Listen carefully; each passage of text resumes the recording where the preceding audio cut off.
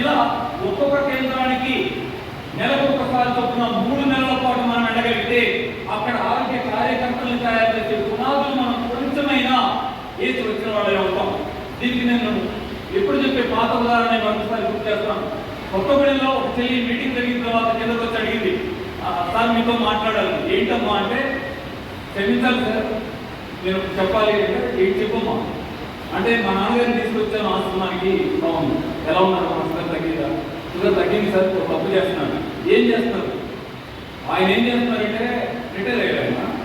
ఏం చేస్తున్నారంటే టేబుల్ ఒకటి చేసుకొని చేసుకొని ఆ ఫ్రెండ్స్ అందరికీ ఫోన్ చేసి, అరే నేను షుగర్ తగ్గిస్తారంటే అని పిలిచి డాక్టర్ గారు మీరు రాసిచ్చిన జ్యూస్లో ఆ కార్యక్రమం ఆయన రాసి చక్కగా పెట్టేస్తున్నాడు సార్. ఎప్పటికైనా మీకు తెలుస్తుందేమో, తెలిస్తే మీరు ఏమనుకుంటారు అని చెప్తున్నాను. ఏంటంటే అసలు నాకు ఎంత సంతోషం వేసిందో. ఎందుకంటే మరి షుగర్ తగ్గించుకున్న వాళ్ళకంటే డాక్టర్ ఎవరు? డాక్టర్ ఏంటి? డాక్టర్ ఏంటి? షుగర్ తగ్గడం కదా కావాలి, ఇల్లు కదా వైద్యశాల, వంటగది కదా మందుల షాపు, ఆడం కదా అవసరం, అమ్మ కదా డాక్టరు. ఇలా వీళ్ళందరూ తయారైపోతుంది. ఇలా వచ్చినట్టు నేను 15 మందికి 20 మందితో గైడ్ చేశాను. వాళ్ళందరికీ తగ్గిందంటే నాకెంతో సంతోషం. యూట్యూబ్లో చేసి గైడ్ చేశాను, తగ్గిస్తున్నాను. ఆ షుగర్ తగ్గిస్తున్న మిత్రుడు ఎవరో నాకెందుకు తగ్గినట్టు గుర్తు రావడం లేదు. కలిసి వెళ్ళిపోయింది, మర్చిపోయింది. మీ ఇంట్లో మీరు కష్టపడి చేస్తున్నారు కదా.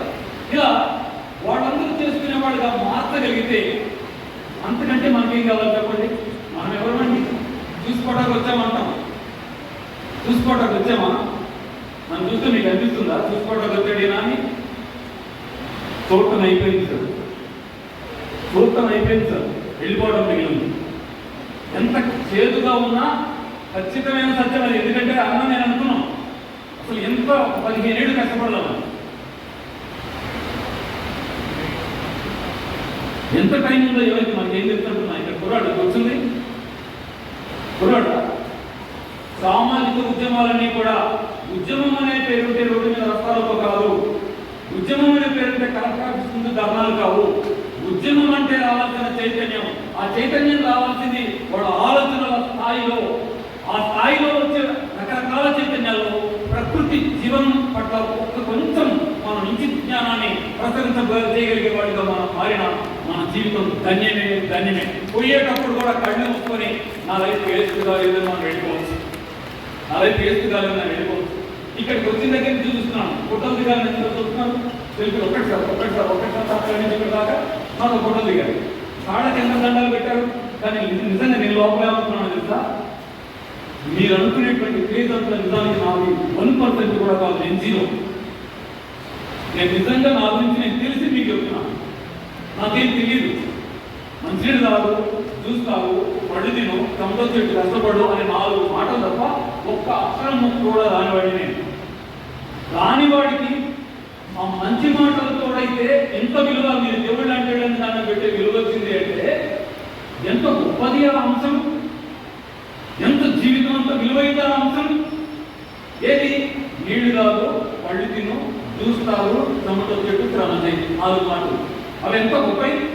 అంత గొప్ప వాటిని మనం పట్టుకొని మనం మాట్లాడటం మొదలైతే వాటికి ఉన్న గొప్పతనం ఏది? సుగుణం, సువాసన కొంచెం వచ్చి అలా తగిలితే కూడా ఆ హృదయం ధన్యం కాదా? పడుకునేట్టు కనిపించదా?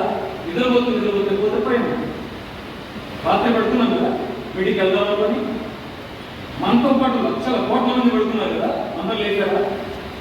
కొందరు లేచి ఉండదు, కొందరు లేచి ఉండదు. ఆ కొందరు లేచున్న దాంట్లో రేపు ఎల్లుండో 4 ఏళ్ల తర్వాత నేనున్నా, మీరున్నారా? మనవాళ్ళందరూ ఉన్నారా? 99లో మొదలైన మన టీం ఇవాళ ఉందా?